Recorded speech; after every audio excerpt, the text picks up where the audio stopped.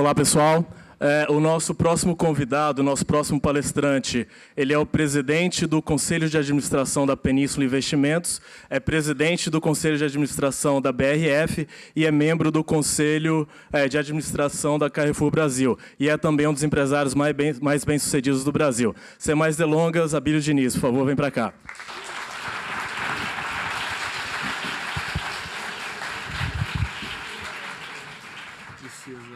Você precisa do microfone solto na mão?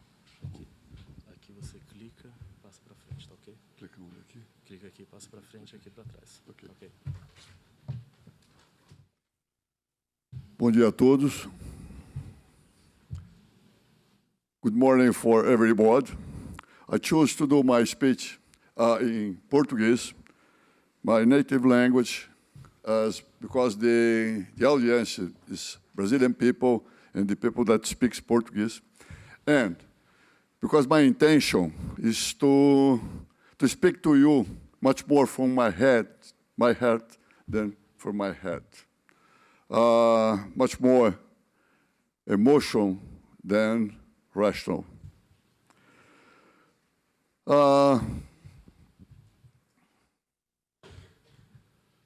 Vocês devem estar querendo falar sobre a conjuntura política e econômica no Brasil, saber o que eu penso da situação, falar sobre esse momento do Brasil. Eu não vou me furtar isso, mas eu gostaria de reservar esse tema para quando a gente abrisse para debate, perguntas e respostas. E, principalmente, porque, como disse o doutor Rodrigo Janot, não há crise que não acabe, não há crise que não passe. E eu gostaria de deixar para vocês alguma coisa que minha intenção seria que não passasse. Alguma coisa que vocês pudessem pensar, algumas coisas a respeito da minha vida que pudesse ajudar vocês a terem uma vida melhor, uma vida mais com foco no futuro e numa direção da felicidade. O que eu quero passar para vocês, fundamentalmente, é o seguinte. Se eu estou aqui, sou um cara que eu atingi sucesso. Senão, vocês não teriam me convidado. Senão, não estaria aqui. O que eu gostaria que vocês, quando eu saísse daqui, quando eu fosse embora, quando eu deixasse essa cidade tão simpática, o que eu gostaria que ficasse dentro de vocês? Se esse cara pode chegar lá, se esse cara pode atingir o sucesso, eu também posso. É isso que eu gostaria que ficasse dentro de vocês. Eu não vou contar aqui para vocês minha história de vida, mas eu vou falar algumas coisas que eu acho que são importantes. Você pode ter certeza de uma coisa, eu tinha tudo para não dar certo. Minha infância, bom, eu sou filho de um imigrante português que chegou ao Brasil com 16 anos e que era um padeiro, fazia pão. Minha mãe teve 6 filhos em casa, nunca foi para a maternidade. Eu sou o primeiro da série, com 7 anos de diferença entre eu e o meu segundo irmão, coisa que marcou alguma coisa para o futuro. Eu nasci numa edícula, atrás de uma pequena vendinha que meu pai tinha naquela altura, e tive uma infância extremamente humilde. Tenho o maior orgulho para o meu pai e para a minha mãe, eu os amei de paixão. Mas a minha infância foi uma infância extremamente humilde. Quando terminei o primário, meu pai tinha mudado de uma padaria para outra. Eu fui estudar num colégio que muitos de vocês conhecem o curso Anglo hoje.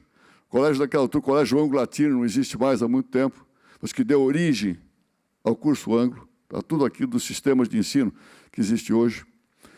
Que era num lugar, em cima da Várzea do Glicério, lugar extremamente hostil, de pessoas também de classe muito baixa, humilde. E eu, quando fui para lá, eu era completamente diferente do que eu sou hoje.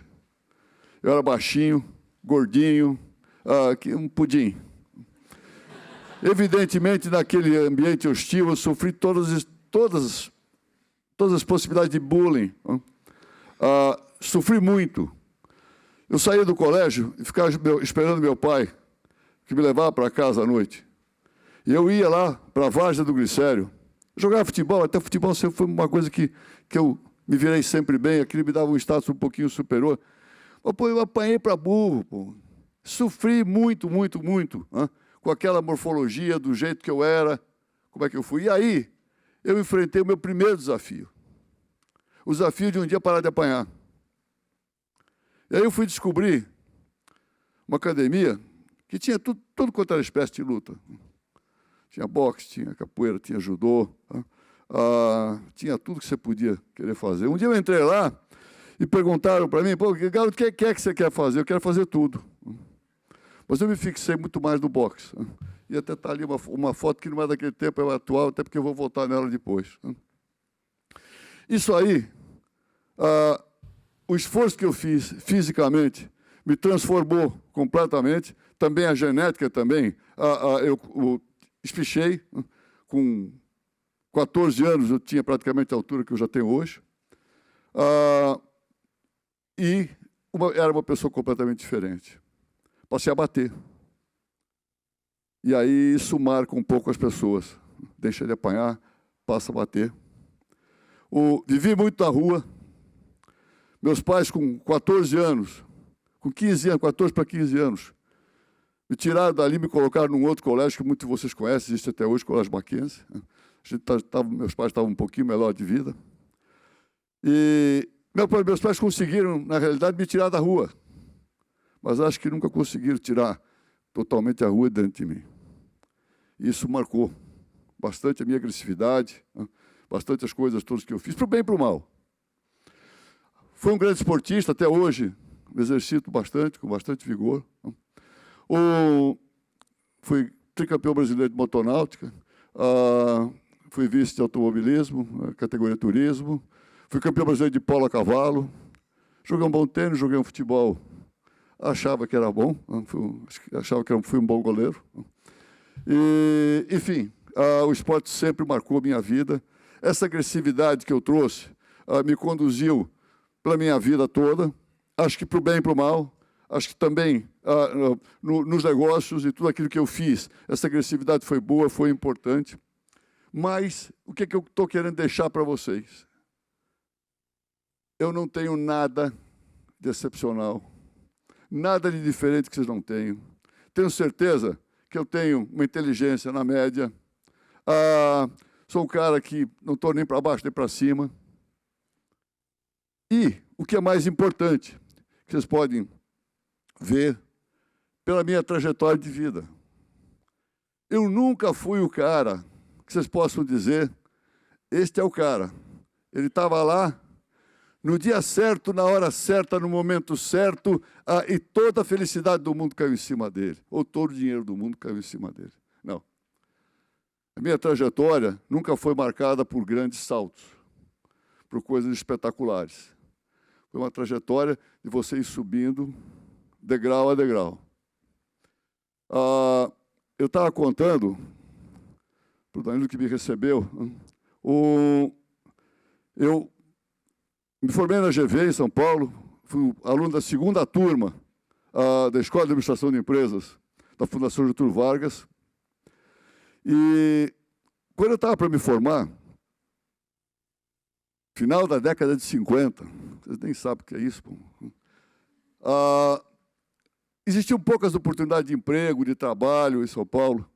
Meu pai tinha uma doceira, e eu o ajudei desde os 13 anos de idade, mas não era nada daquilo que eu queria fazer. Como fui aluno da segunda turma, eu peguei os professores americanos da Michigan State University, passaram a ser meus ídolos.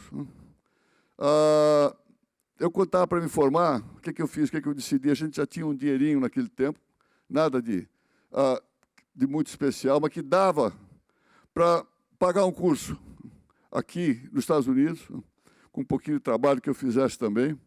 Eu fiz meu application para Michigan State University, e, de repente, um dia meu pai chegou para mim e falou, ele estava construindo um predinho ali, tinha uma loja embaixo, e ele falou, escuta, acho que eu vou fazer um supermercado. E aí eu fui descobrir o que era aquilo. Tinham 10 lojas naquele tempo em São Paulo e mais 8 no Rio de Janeiro. Quando eu fui olhar, eu falei comigo mesmo, aqui acho que tem um business. E aí descartei meu application para Mística e iniciei esse trabalho de conhecer e entender tudo o que era o supercaso, o que podia ser aquilo. Em 20 anos, de 59 até 79, nós construímos a maior cadeia de distribuição da América Latina. Realmente tivemos um enorme sucesso dentro de um business que naquele momento era extremamente importante e era novo. Em 79, 80, aí começaram alguns problemas na minha vida que se tornaram bastante sérios. Meus irmãos começaram a querer trabalhar. E meu pai, como bom pai, os acolheu dentro do coração e dentro da empresa. E aqui vai uma lição para vocês. Eu tenho medo de empresas familiares. E uma recomendação que eu faço para vocês: nunca misture empresa com família, família com empresa. Não faço isso. O risco de vocês destruírem a empresa e arrebentarem com a família é enorme. Falando um pouquinho aí, parando a trajetória, falando um pouquinho de empresa. Claro que existem empresas que têm sucesso e são empresas familiares. C&A, por exemplo, uma empresa de moda, de lojas, é uma família. Tem cerca de 300 pessoas trabalhando lá. O que eles têm? Eles têm uma governança corporativa como se fosse uma empresa pública sem controle de capital. Esse é o ponto importante. Não se mistura empresa com família. O risco de destruição dos dois é enorme.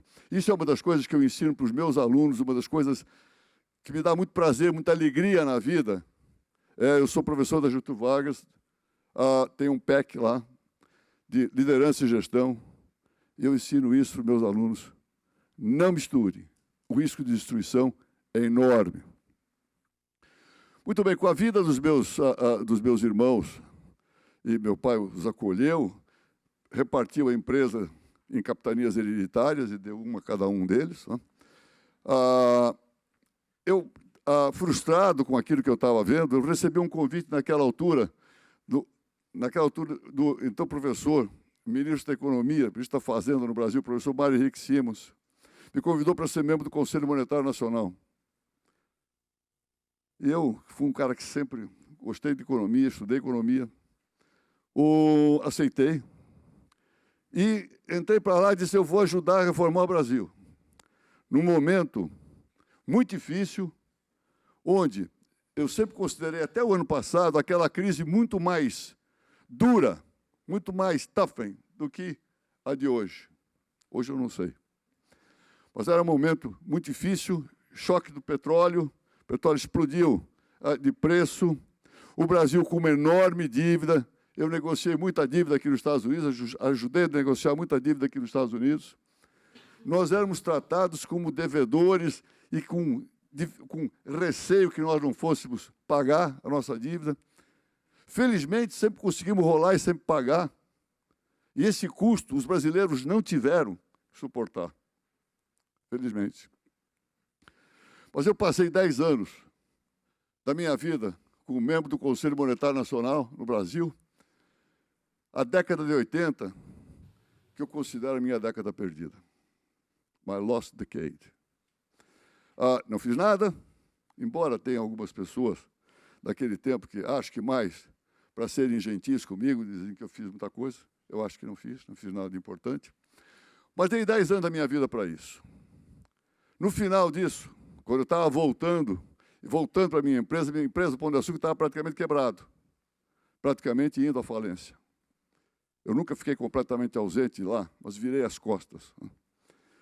E aí, final de 89, começo de 90, eu me defrontei com 3 momentos terríveis da minha vida, que foi uma briga de família, por disputa de poder, a empresa quase falindo, as apostas eram todas de que ia falir, e no meio disso eu fui sequestrado, num sequestro, acho que foi pelo menos o cambolesco, o mais sensacional que existiu no Brasil. Eu fui sequestrado por ex-guerrilheiros. No final, fiquei cerca de 40 horas ali, seguros por eles ainda, dentro de uma casa, e as televisões todas do Brasil em volta, colocando aquilo ao vivo. Foi um negócio assim, completamente maluco. Enfim, saí muito mais, porque lá em cima, coisa que eu mais acredito, minha força vem de Deus, tenho certeza que moveu as pedrinhas lá em cima para que eu pudesse sair. Mas, nisso aí, me deparei com uma empresa completamente quebrada e tive aí realmente dos momentos mais difíceis da minha vida. Esses 3 episódios foram muito sofridos, mas eu saí deles um outro cara. Um cara ainda agressivo, mas muito menos arrogante, cultivando a humildade, cultivando a certeza de que a beleza da vida está no amor e não no ódio, e procurando cultivar isso para todos os meus dias que vinham para frente. Conseguimos recuperar o Pão de Açúcar, conseguimos recuperar a empresa e tivemos um enorme crescimento. Em 95, tornei o GPA, o Pão de Açúcar, uma empresa pública, abriu capital aqui em Nova York. Em 97, fizemos realmente a colocação de ADRs para que a velhinha do Arizona pudesse comprar nossas ações. Está há 21 anos hoje que eu dirijo uma empresa de capital aberto. Foi um grande sucesso. Isso foi muito bem até o ano de 2010. Em 99, eu tinha colocado um grupo francês do Casino com 22% do capital do Pão de Açúcar. Em 2005, eles aumentaram o capital e tudo era festa no céu. Maravilha, foi muito bem. Até o ano de 2010. Eles iam assumir o controle. Em 2012, até o 2010, as coisas foram bem. Não vale a pena entrar nisso aqui, não sei que haja alguma pergunta, mas após 2010, de 2010 até setembro de 2013, nós fomos protagonistas, talvez, da maior batalha empresarial que tem existido, a nível internacional, não a nível brasileiro. Foi realmente incrível. Eu estava dentro do GPA, dentro da empresa. Eu sabia que eu tinha que sair, eu estava lutando para a minha saída. Não era os franceses que iam sair, seria eu que ia sair. Só que eu queria sair. Primeiro, com dignidade. Segundo, sem non-compete, eu queria sair livre. E terceiro, eu queria sair com o meu capital, com o meu dinheiro. Que era muito simples, era só converter minhas ações de ordinárias em preferenciais. Eu levei 2 anos e meio para fazer isso. Lá dentro da companhia, os franceses colocaram franceses lá dentro simplesmente para me desequilibrar. Foi nessa altura que eu voltei a lutar boxe, aconselhado pela minha terapeuta. Ele disse: você faz tanto esporte, você joga squash, você faz tanta coisa e tal. Mas e que tal você fazer alguma coisa de luta aí que te pudesse tirar toda essa coisa que você tem dentro de você? Como eu tinha sido muito bom em boxe, a juventude, falei, eu vou voltar. E voltei, até não larguei mais até hoje. Uma vez por semana eu luto boxe, é um bom exercício, tá, para você se manter com os reflexos bons, é legal. Mas por quê? Para poder suportar aquele momento extremamente difícil da minha vida. Felizmente, eu consegui sair. Antes de sair, já tinha sido convidado para assumir a presidência do Conselho de Administração da BRF, uma empresa imensa de alimentos, de proteína animal, maior exportador de frango do mundo. Não é a maior, a Tyson aqui é a maior, mas não é a maior exportadora. Realmente é uma empresa fantástica. Quando eu fui convidado para ir para lá, não pensa não que não deu um friozinho na barriga. Tá? Eu sou o cara, mas pô, passei a minha vida até agora, do outro lado do balcão, como distribuidor. Será que eu vou dar certo como industrial? Aí eu comecei a pensar, Abílio, você ensina para os teus alunos que todas as empresas são iguais. É gente, processo, processo e gente, gente, processo, processo e gente. Por que você não acredita nisso? Eu acreditei. Fui para lá e não deu outra. Apesar de uma empresa enorme, a empresa estava à deriva, é uma full corporation, os principais acionistas são os fundos, fundo Tarpo, investimento privado, Previ, Petros, Valia. Em 3 anos, nós conseguimos um espetacular turnaround, fundamentalmente com management, fundamentalmente com capacidade de gestão. Eu não entendia nada de criação e abate de frango, continuo não entendendo. Mas a empresa virou. O cara que é meu CEO, Pedro Faria, um cara fantástico, menino de 40 anos hoje, também não entendia nada de frango, continuo não entendendo. Mas nós viramos a empresa. Nós dobramos o valor da ação. Caiu agora porque o Brasil caiu. Todos os valores do Brasil caíram. BRF. O que acontece? Uma das coisas que eu recomendo para vocês, nessa questão de se esse cara chegou, também posso chegar. O que eu acho que foi importante foi minha capacidade de reinvenção. Minha capacidade de sair de um ponto para ir para outro. De reinventar o Abílio outra vez. De sair de 50 anos na distribuição e enfrentar um desafio industrial. Isso é muito importante na vida, essa capacidade de reinvenção que me faz olhar aqui, no meu campo pessoal, a reinvenção que eu fui capaz de fazer. Eu tenho aqui na minha frente a minha filha mais velha, não vou dizer quantos anos tem, a Ana Maria, o meu genro Felipe, que vai ser a palestrante aqui também, é um cientista político fantástico. E tem aqui a minha mulher Geise, com quem eu me casei há 11 anos atrás, e os meus 2 filhinhos pequenos, a Rafaela e o Miguel. Olha os 3 aqui, eu tenho 6 filhos, 3 deles estão aqui, que é a maior reinvenção que eu fiz na minha vida, essa reinvenção particular que eu fui capaz de fazer. Está aqui minha família, meus 6 filhos, com minha mulher. Vamos lá. Eu quero passar para vocês. Alguém está controlando o tempo aí? Faltam 10? Ok, vai dar. Eu quero passar para vocês. Hoje eu estou na Península, que é a minha holding de investimentos. Eu sempre falava comigo mesmo, estando na distribuição e mesmo na indústria, na próxima encarnação, quando eu voltar, eu não quero estar em distribuição e nem sequer no negócio de frango, vou voltar para o mercado financeiro. Tá? Lá tem muito mais a inspiração do que transpiração, é muito mais fácil. Acontece que conseguir nessa vida estar um pouco no mercado financeiro. A Península é uma empresa de investimentos, temos a mesa, no trabalho no mercado, temos o trabalho de private equity, e temos 2 grandes investimentos. No Carrefour, não apenas no Carrefour Brasil, mas no Carrefour Mundial. Eu faço parte hoje do bloco de controle, sou 3º acionista, todos nós mais ou menos com a mesma coisa, no Carrefour Mundial.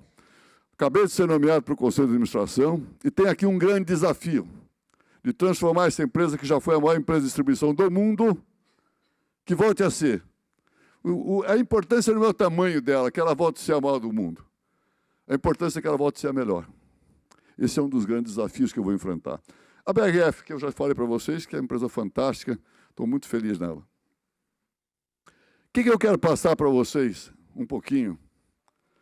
Não é para ensinar nada para vocês, não. É para que vocês pensem um pouquinho na história desse cara e pensando nos caminhos por onde eu passei, que eu tenho seguido, que vocês escolham os seus próprios caminhos e que vocês sejam mais felizes com isso. Na minha vida, eu desenvolvi os meus valores, o My Way. O primeiro deles é a humildade, que nem sempre esteve comigo, mas que eu cultivo hoje. Tem gente que fala, pô, esse Abílio aí, pô, esse cara é humilde, não é humilde coisa nenhuma. Vocês pensarem em humildade, como fazer voto de pobreza e usar roupa velha, não é exatamente comigo. Tá? Mas se vocês pensarem que humildade é muito mais do que isso, que humildade é ter respeito, é saber ouvir, é imaginar que o cara está conversando com você, pode saber mais do que você, pode ter ideias melhores do que a sua. Se o cara é pequeno e você é grande, se abaixa se o cara não puder se levantar.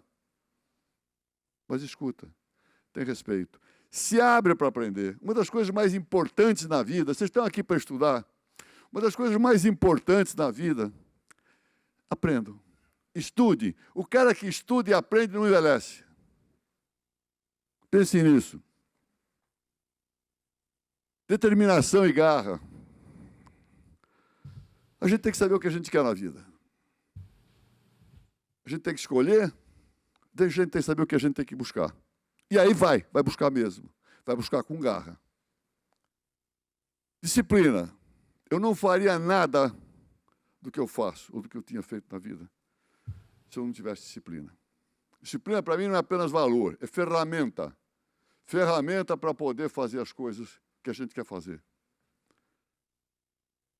Vocês jovens, às vezes, têm a tendência de dizer, disciplina é boring, chato esse negócio. Pô. Rotina, que horror. Eu adoro as minhas rotinas. Sou eu que as faço.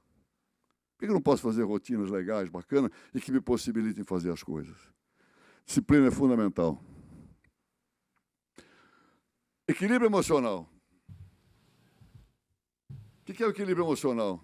É extremamente importante na vida. A vida é feita de papéis e atividades. Qual é a sabedoria da vida? É você ter esses papéis e atividades em equilíbrio. Não adianta você estar bem num papel e numa atividade e estar mal no outro. Um polui o outro polui um. Além disso, eu desenvolvi os meus pilares. Eu até escrevi um livro em 2004, foi best-seller, estou com o meu segundo pronto, que é mais ou menos a mesma coisa. Meus pilares é onde eu me apoio na vida para chegar até aqui. Atividade física. Ninguém precisa ser atleta, ninguém precisa ser o que o Abílio faz. Mas tem que ter um mínimo de atividade física. O mínimo. Controle da alimentação. Sou o último xiita em alimentação, mas a gente procura controlar. Adoro tudo que vocês gostam. Adoro doce, adoro feijoada, pizza, lasanha, pasta, tudo. Só que não pode ser isso no almoço e no jantar todos os dias. Né? Tem que ser com um pouco de comedimento. Controle de estresse. Estresse mata. Mata como qualquer doença. Mas esse cara, Abílio, como é que é essa história de controlar estresse? Não tem estresse. Mas não tem estresse, é controlar. Porque o mundo sem estresse também é um mundo boring. Também é um mundo muito chato. Mas é você saber controlar. Você vai, como é que faz? Não vou dar aula de controle de estresse. Mas pense no seguinte. Pense em vocês assim, se disserem, eu só vou me estressar. Eu só vou me irritar com aquilo que foi importante na vida. Tá bom. Mas o que é importante na vida? Então vamos lá. Pega um caderno de 100 páginas e começa a escrever.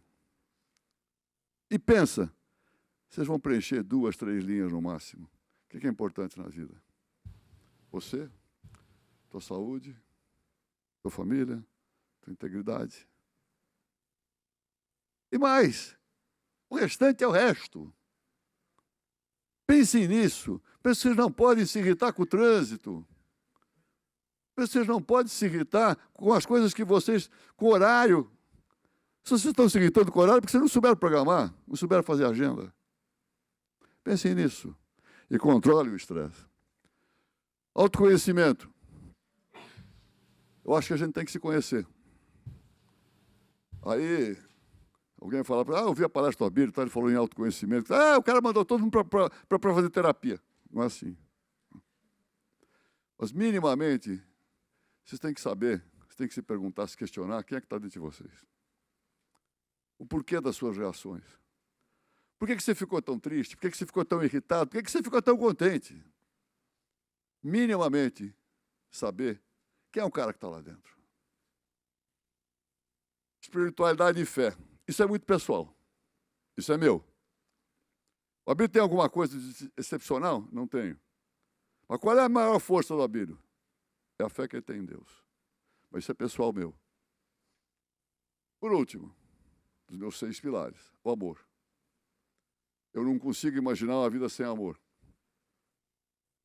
Agora, não é um amor só pela nossa mulher, pelos nossos filhos, pelos nossos parentes. Né? É um amor pelas pequenas coisas. É você ter ambição, ambições muito fortes, mas você amar aquilo que você já tem, aquilo que é seu.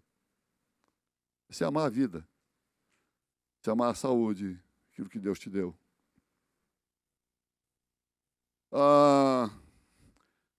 Rapidamente, algumas coisas que eu podia passar para vocês. Momentos difíceis. Tentem se reinventar até para ultrapassar. Tentem se modificar, tentem encontrar o caminho.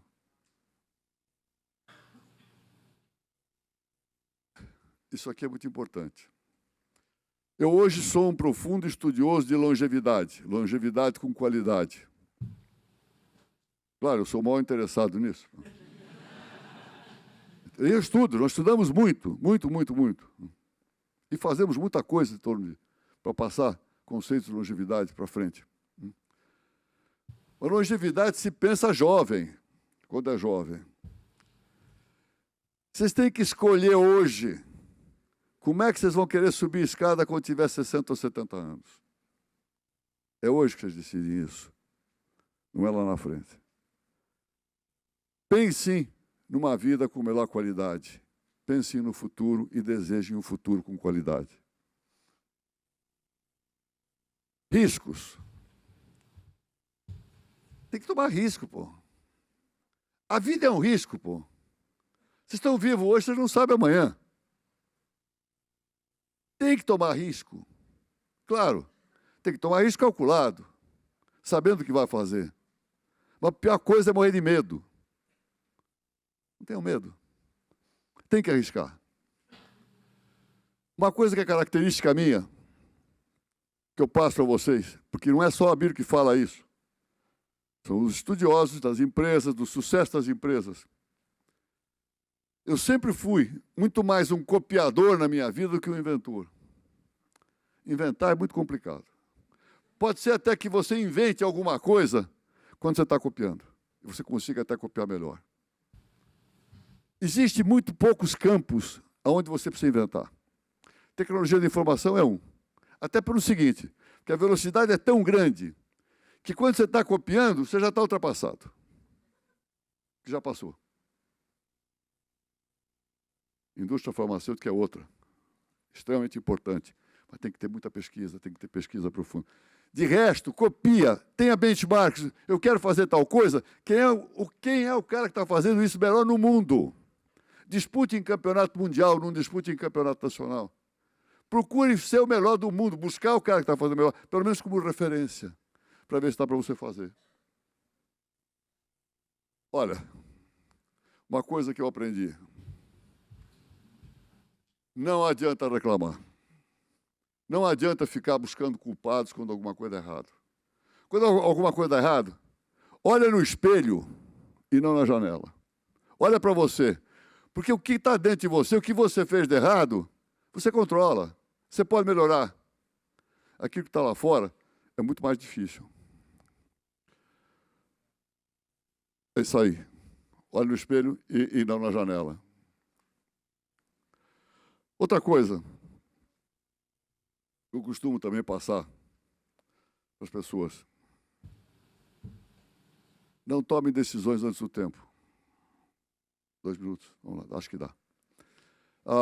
Não tomem decisões antes do tempo. Esgota o prazo. Não tomem decisões à noite. Eu costumo falar não tomem decisões à noite, até porque não tomem decisões sem ter todas as informações. Sem tudo estar claro. Esgota o tempo. Pensa, pensa, pensa, até o momento final de tomar a decisão. A chance de errar é muito menor. 3 frases que eu queria deixar com vocês. Muita gente pensa que é meu marketing pessoal, mas não é. Eu procuro sempre ser hoje melhor do que eu fui ontem, e amanhã eu vou querer ser melhor do que eu sou hoje. Isso é importante até para vocês se manterem jovens na vida. Hoje vocês estão muito jovens. Aguarda isso para depois. Está provado por aqueles que estudam longevidade, o cara que quer aprender sempre, ter uma vida melhor, com melhor qualidade. Essa é a frase que sempre norteou a minha vida. Não sabendo que era impossível, foi lá e fez. Eu odeio o impossível. Eu acho que a gente pode pensar assim. Tudo tem limite, eu sei que eu tenho meus limites, mas eu estou sempre tocando. Onde é que está? Onde é que está? Dá para ir um pouquinho mais longe? Dá para fazer mais? Pense nisso. Tem muito pouca coisa que é impossível nessa vida. E aí, a história. Nunca recebi nada de graça. Nunca ganhei nada sem esforço. Tudo que eu fiz teve muita inspiração, mas também muita transpiração. Não dá para fazer as coisas sem esforço. Tem que se esforçar. Bom, para mim finalizar, aí dentro do meu tempo, estou chegando ainda, estou finalizando.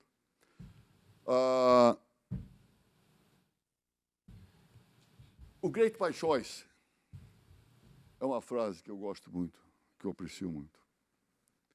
Agora, to be great é uma questão de decisão. A gente decide o que a gente quer ser. A gente escolhe o que a gente quer ser. Escolha o ser great. Eu uso essa palavra em inglês porque não tem uma outra tão correspondente em português. Escolham o que vocês querem ser. Isso é uma questão de decisão. E dá para ir buscar. De novo, eu não tenho nada de excepcional que vocês não tenham. Se eu fui buscar, por que vocês não podem buscar? Nós temos um exemplo aqui nesse país, que o governo está terminando. Quem conhece a história americana, tem certeza que vocês conhecem. O racismo é uma coisa séria nesse país. Quem que podia imaginar que uma pessoa de cor podia chegar na presidência desse país? E chegou. Por isso que quando chegou lá, uma das frases espetaculares que eu guardo sempre, ele chegou e disse, yes, we can. Ele chegou. Por que a gente não pode chegar? Por que vocês não podem chegar? Eu tenho certeza que se vocês decidirem chegar, vocês vão chegar. Obrigado, vamos para as perguntas. Obrigado, Bíblia. Vamos sentar aqui comigo.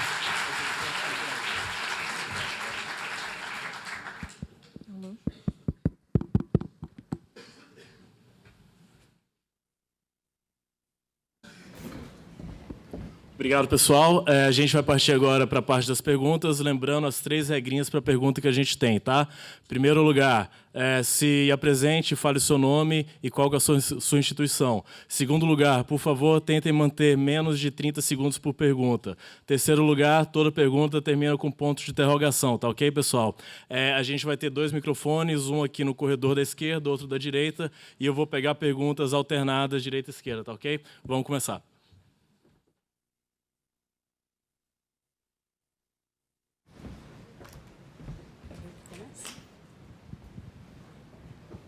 Pode começar? Oi, Abílio. Eu sou Carla, da Sorridentes Clínicas Odontológicas. Fui sua aluna na GV. Foi uma grande inspiração para mim. E a minha pergunta é a seguinte. O seu fundo de investimento, ele investe num setor específico ou em qualquer setor? Se tem um valor mínimo de investimento e se o fundo, quando ele investe numa empresa, ele ajuda na gestão da empresa. É isso. O nosso fundo de investimento ele tem um setor de private equity que ele investe em empresas. Nós temos algumas regras para investir. Bom, primeiro, nós temos um foco muito grande em educação. Aliás, isso é uma das coisas que eu não falei na minha palestra. Na Península, nós temos o Instituto Península, que é a parte da família que é vocada para a filantropia. Nós temos 2 causas importantes, que são educação e esporte. Nós temos uma faculdade, singularidade, está aqui minha filha, que é presidente do Instituto Península, é responsável pela escola, voltada para a capacitação de professores. E o outro tema nosso é esporte. Nós temos um núcleo de alto rendimento em São Paulo, onde a grande maioria dos atletas que vão para a Olimpíada, os brasileiros que vão para a Olimpíada, estão passando por lá, passaram por lá. O núcleo de alto rendimento, ele não faz atletas, ele não faz atletas de performance, ele dá uma coisinha a mais por aqueles que já é bom, para aqueles que já são bons. É isso que procura fazer. Bom, nós não investimos aonde nós não possamos exercer alguma função de management, somente aonde a gente possa colocar, porque no mundo, hoje, você tem todo o capital que você precisar, você tem todos os projetos que você quiser. O que falta no mundo? Falta management. E isso nós achamos que nós sabemos fazer. Então, nós investimos onde nós temos foco e onde nós possamos colocar nosso capital, mas nós possamos interferir no management da empresa. Bom dia, Abílio. Muito obrigado, primeiro, por ter vindo até aqui, compartilhar o seu conhecimento com a gente. Eu sou o Heitor Martins, eu faço MBA aqui na MIT, trabalhei um tempo na BRF. Eu queria saber, após a saída do Pão de Açúcar, depois de tanto sucesso, o que motivou você para continuar se reinventando e continuar com tanto vigor nos negócios e buscar a BRF, depois o Carrefour? E também queria saber, uma segunda pergunta, como é que você balanceia uma carreira de alta performance com a família, como você falou? Bom, começando pelo fim. Eu falei para vocês do equilíbrio dos papéis e atividades. Eu dou muita importância a isso. Eu adoro o que eu faço, adoro meu trabalho, mas eu adoro também a minha família, o tempo que eu passo com eles, meus esportes. Então, dentro do equilíbrio que eu recomendo na vida que as pessoas têm, eu procuro ter minha vida equilibrada, entre trabalho, família, os esportes, o lazer, as coisas que eu gosto de fazer. Então, isso dá para conciliar, é só você ter um mínimo de disciplina para fazer as coisas que você quer, com disciplina você faz. O que me motiva a continuar para frente, com o BRF, com o Carrefour, com o Península, com aquilo que eu faço. Esse é o meu jeito de ser, essa é a minha vida. Eu costumo dizer que se Deus viesse à Terra, chegasse para mim e perguntasse, Abílio, o que você quer que eu faça por você? Eu dizia, olha, deixa tudo como está. Não mexe em nada. Deixa as coisas como são. Com o meu trabalho, com a minha família, com os meus esportes, não mexe. Então, eu gosto de trabalhar, gosto de fazer as coisas que eu faço, gosto de desafios. A vida é cheia de desafios, eu acho que é importante a gente saber e buscá-los. Bom dia, vou me representar, eu sou o Pedro Sirotsky, do Grupo RBS. Você tem uma expressão em inglês que diz que to be old and wise, you have to be young and stupid first. Você já foi, com todo respeito, mais young and stupid no passado, mas o que você teria feito diferente na sua vida daquilo que você, se pudesse ter feito novamente, com relação ao que já foi feito? Olha, essa pergunta muitas vezes me é feita. Primeiro sobre idade, sobre vida. Existe uma frase que diz o seguinte, para você ser velho, você tem que ter idade. Para você ser jovem, qualquer idade serve, inclusive a minha. Então, a gente vai por aí. O que eu teria feito diferente? Eu teria feito um monte de coisas. Mas o que eu ensino para os meus alunos hoje? Dada a minha experiência empresarial, dada a minha experiência de vida, teve um fato na minha vida que me causou muitos aborrecimentos, muita tristeza, e que me levou a sair do GPA depois de 50 anos. O contrato que eu fiz em 2005. O dia que vocês forem contratar, vão à exaustão na hora de fazer o contrato. Vão à loucura. E, se for preciso, não contratem, porque é preferível brigar no momento de contratar do que brigar depois. Então, sejam exaustivos, sejam meticulosos. Escrevam tudo aquilo que precisa ser escrito, não deixem nada para o acaso. Isso é uma coisa que eu teria feito diferente, se eu pudesse voltar atrás. Teria feito o mesmo contrato, escrevendo com outras palavras, colocando muito mais cláusulas. Tá bom? Abílio, muito bom dia. Tá certo. Sou Alexandre Lima, sou aluno da primeira turma de Engenharia Mecatrônica no INSPER, sou um dos 4 jovens embaixadores da Brasil Conference, com o intuito de trazer todo esse conteúdo da conferência para o Brasil. Você ressalta muito a sua infância humilde. Pessoas como Marcel Telles e o Cláudio Haddad vêm dando oportunidade de pessoas com histórias parecidas com a sua, que tenham acesso a uma educação de qualidade, e isso acaba mudando a vida deles. Como você acha que esses jovens podem catalisar essa oportunidade para que outras pessoas tenham a chance de ter esse mesmo acesso? O acesso especificamente a quê, você disse? A universidade, uma universidade de qualidade. Olha, esse é um tema extremamente complexo. A educação deve ser pública, deve ser financiada, deve ser particular. Eu acho que esse é um dos temas de educação, um dos temas no Brasil que está muito em discussão e que o Brasil precisa fazer muito mais coisas. Nós, da nossa parte, assim como outros empresários, nós procuramos, tanto quanto a gente pode, dar acesso para jovens para que se capacitem melhor, para que estudem mais. A Fundação Lehman faz isso de uma maneira grandiosa, o Instituto Península faz isso também, outros procuram ajudar, procuram fazer. É importante que os jovens estudem, é importante que os jovens se capacitem, é importante que os jovens... Eu tenho um curso de liderança e gestão na GV, que busca melhorar a formação de líderes. O mundo é carente de líderes. O mundo é carente de líderes. É preciso que as pessoas se esforcem para conhecer mais, para saber mais, para que tenham mais informação e que sejam melhores líderes no futuro. Okay? Bom dia. Meu nome é Nalisson, sou aluno de doutorado em Ciências de Alimentos na Universidade de Massachusetts. Sorry. Então, eu gostaria de saber, assim, em relação à relação empresa-universidade no Brasil.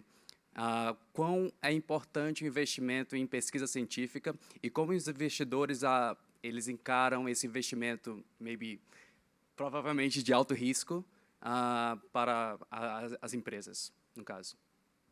Olha, as empresas normalmente investem em pesquisa dentro do seu ramo, dentro do seu core business, dentro dos seus negócios, dentro daquilo que fazem.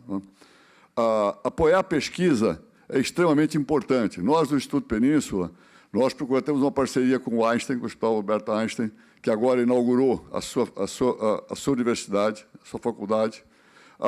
Nós temos uma parceria com eles, procurando estimular e ajudar especificamente em pesquisa. O Brasil é fraco em pesquisa. O Brasil teria que pôr muito mais dinheiro em pesquisa. Nós passamos aqui ontem num prédio em frente do MIT, somente voltado para a pesquisa.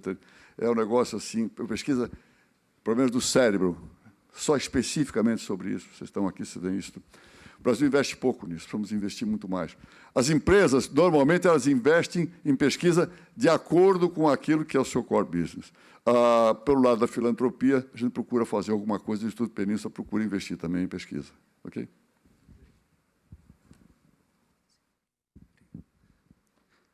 Oi, Abílio, obrigado por estar aqui. Meu nome é Guilherme Infante, eu trabalho no JP Morgan durante o dia aqui em Boston e à noite eu estou fazendo um mestrado em finanças na Harvard Extension School. Eu li o livro da Cristiane Correia sobre o senhor, a sua vida, gostei muito. E uma das passagens dela, ela mencionou a Revolução dos Cravos em Portugal, um período de muita instabilidade política lá, e como isso acabou afetando o Grupo Pão de Açúcar. E ela acabou não se estendendo sobre esse tópico, e para mim foi muito interessante, não porque eu acredito que o Brasil está nesse momento agora de tanta instabilidade, mas eu vejo alguns paralelos de um governo não tão market-friendly, coisas assim. Gostaria de saber a sua opinião. Ok, vou responder. Esse foi um episódio extremamente importante e didático para mim na minha vida. Claro que, às vezes, tem certas coisas que a gente prefere não passar por esse período de aprendizado, que são aprendizados traumáticos. Vou aproveitar isso para finalizar aqui a minha parte, falar alguma coisa sobre o Brasil de hoje, muito rapidamente. Mas a Revolução dos Cravos em Portugal, a primeira Revolução dos Cravos não foi uma revolução, ela foi um golpe de Estado. Mas com esse golpe de Estado Veio em seguida aquilo que se chamou a Revolta dos Capitães, que foi feito pelo terço médio do Exército, que realmente tomaram o poder em Portugal naquela altura, e aí realmente passaram por uma extrema esquerda, um período totalmente anárquico, de destruição. A nossa empresa, naquela altura, na Península Ibérica, foi tomada pelos trabalhadores, pelo povo unido, e nós fomos, era essa expressão que se usava em Portugal, a administração foi saneada da empresa, nós fomos colocados para fora. Isso durou 2 anos e meio, até porque a Revolução acabou, ela se transformou de uma revolução anárquica, de destruição, terra arrasada, para depois a gente plantar de novo, outra vez, para sair dali um país totalmente, enfim, comunista. Passou para um país social-democrata, mesmo os antigos comunistas, com muito mais juízo, retornaram para Portugal, estavam todos no exílio, e aí Portugal tomou um rumo de um país social-democrata, que é mais ou menos o que persiste até hoje, um país de centro-esquerda. Nós voltamos, porque, embora meu pai, naquela altura, quis fazer o write-off na empresa de Portugal, eu nunca quis fazer isso, eu lutei até o fim para fazer a retomada. Nós voltamos, depois de 2 anos e meio, em 78 nós voltamos, e reconstruímos a empresa, foi a maior empresa da Península Ibérica novamente, depois da reconstrução, mas foi realmente extremamente traumático. Eu, depois disso, eu até, um pouquinho antes de todos os problemas que eu mencionei aqui, que eu passei no ano de 90, no final da minha estada no Conselho Monetário Nacional, eu escrevi um livro, que foi mais uma coletânea de vários economistas falando um plano para o Brasil que viria depois do plano Collor, depois do início do governo Collor. Eu escrevi muito baseado em toda a minha vivência, não só no Conselho Monetário Nacional, mas a minha vivência do que aconteceu em Portugal.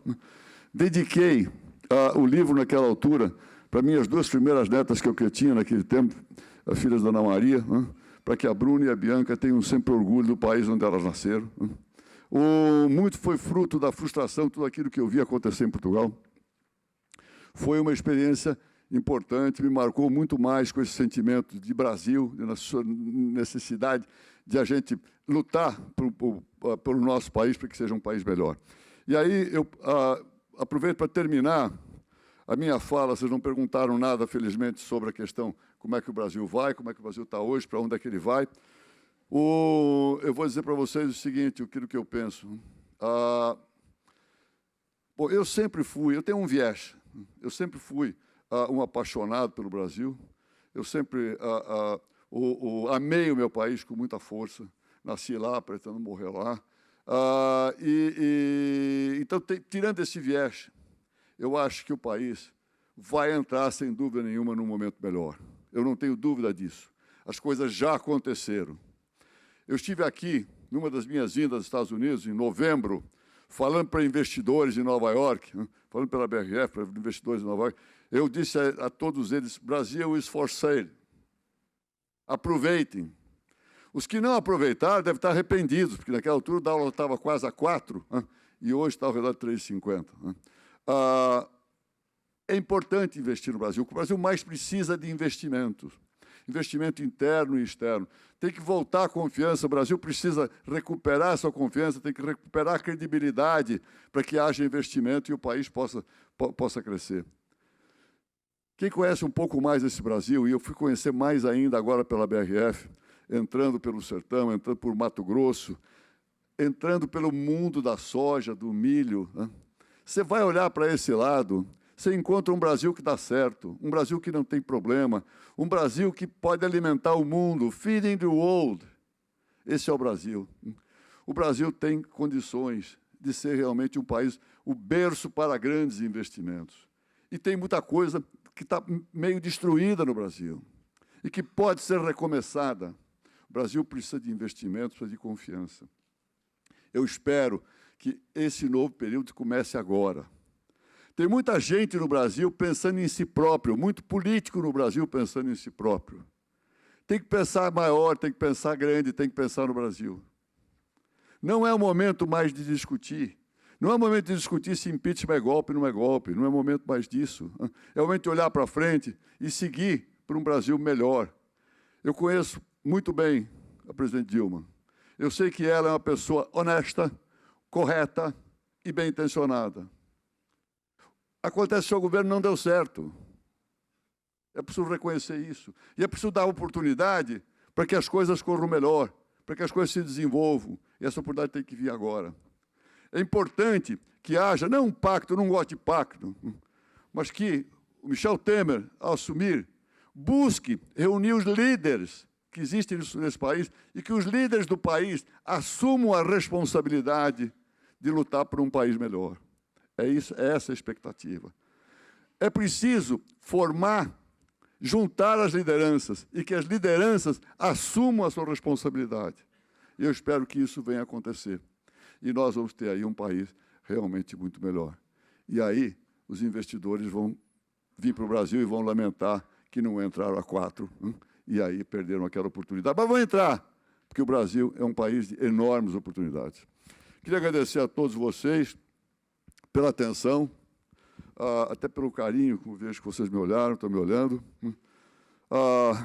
Não posso deixar de fazer uma menção à minha família, começando aqui da direita pelo meu genro Felipe, que muito orgulho me dá, vai ser palestrante hoje, ele é um cientista político.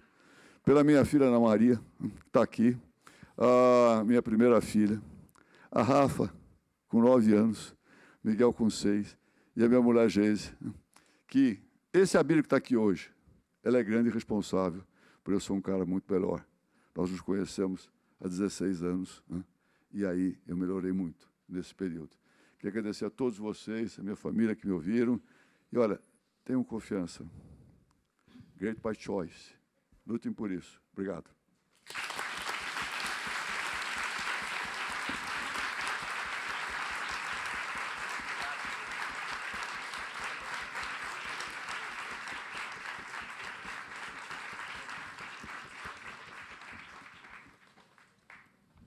Muito obrigado, Abílio Diniz. E depois dessa palestra inspiradora, eu tenho alguns recadinhos para dar. Primeiro ponto, a gente vai ter um break agora, a gente vai ter um coffee break, que vai ser de 11h15, de 10h15 até as 10h45, tá ok? Vocês podem sair por aquela porta, o coffee break vai estar lá. Depois, só um instantinho. Depois, a conferência vai se dividir em 2, tá ok? A gente vai ter 2 pilares, o Pilar Foundation vai ser nessa sala e o Pilar People vai ser na sala em frente. Se você está no seu crachá com a bolinha amarela, você está no Pilar Foundation, você vem para essa sala. Se você está com a bolinha vermelha, você está no Pilar People, você vai para outra sala, tá ok? É isso, pessoal. Muito obrigado.